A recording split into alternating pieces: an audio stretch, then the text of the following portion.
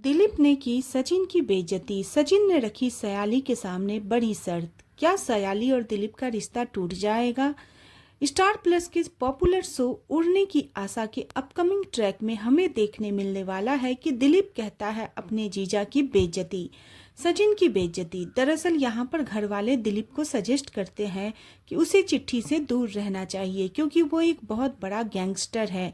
यहाँ पर दिलीप कहता है मेरे जीजा जी यानी कि सचिन भी कोई कम नहीं है, वो भी मारपीट करते हैं, वो भी कोई गुंडों से कम नहीं है। इस वक्त दिलीप बहुत ज़्यादा बेइज्जती करता है सचिन की और सयाली को भी बुरा लगता है। कहीं ना कहीं इसी बात की वजह से अब सचिन ने सयाली के सामने एक बहुत बड़ी शर्त रख दी है।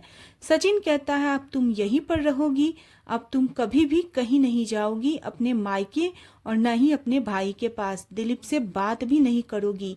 इतनी बड़ी शर्त रख चुका है सचिन सयाली के सामने। सचिन के इस व्यवहार से वो बहुत ज़्यादा निराश महसूस होती है। लेटेस्ट अपडेट के लिए हमें लाइक और चैनल को ज़रूर सब्सक्राइब कर लें।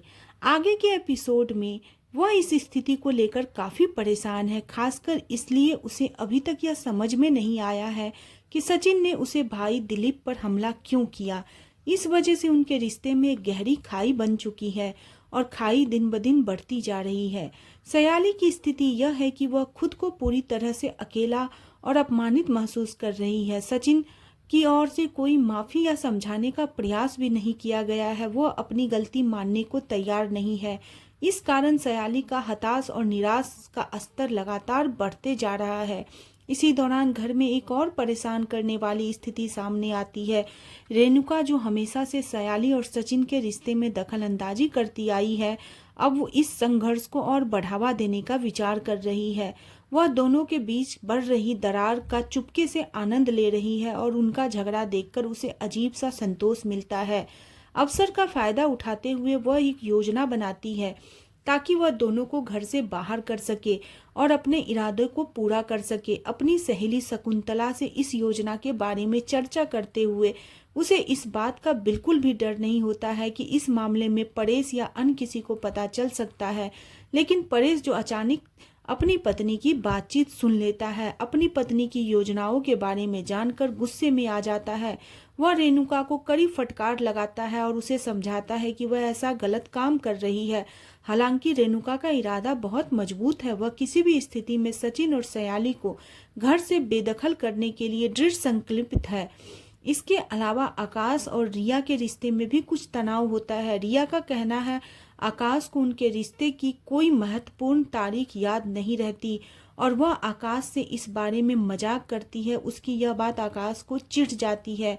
वह इन सवालों से बचने के लिए डाइनिंग हॉल में चला आता है जहां परेश अखबार पढ़ रहा होता है। फिर रिया परेश से यह सवाल करती है उनकी और रेणुका की पहली मुलाकात कैसी हुई थी। परेश यह सवाल सुनकर मुस्कुराता है और उस समय की हर छोटी से छोटी बात याद करके उसे प्यार से बताने लगता है। यह देखकर आकाश को परेश की याददाश्त पर हैरानी होती है और उसे अपनी भूलने की आदत पर शर्मिंदगी महसूस होती है। जैसे जैसे परेश अपनी और रेणुका के शुरुआती दिनों की यादों में खो जाता है, वह उस समय की खुशियों और उतार चढ़ाव को याद करता है। यह यादें उसे उन दिनों के बीच के रिश्ते को एक नई नज़र से देखने की प्रेरणा देती है और वह अपने जीवन को समझने की कोशिश करता है। इसी दौरान सचिन को यह खबर मिलती है कि चिट्ठी, जो उसके दोस्तों से उधार का पैसा वापस लेने के लिए परेशान कर रहा है, अब उनके कारों को जब्त करने की धमकी दे रहा है। यह स्थिति सचिन के लिए नई परेशानी पैदा करती है। वह इस बारे में अपने दोस्तों की चिंता करता है। इसके बाद सचिन चिट्ठी के पास जाकर उसे समझाने की कोशिश करता है, लेकिन चिट्ठी उसके गुस्से को नज़रअंदाज करते हुए बहुत ही अभद्र तरीके से पेश आता है।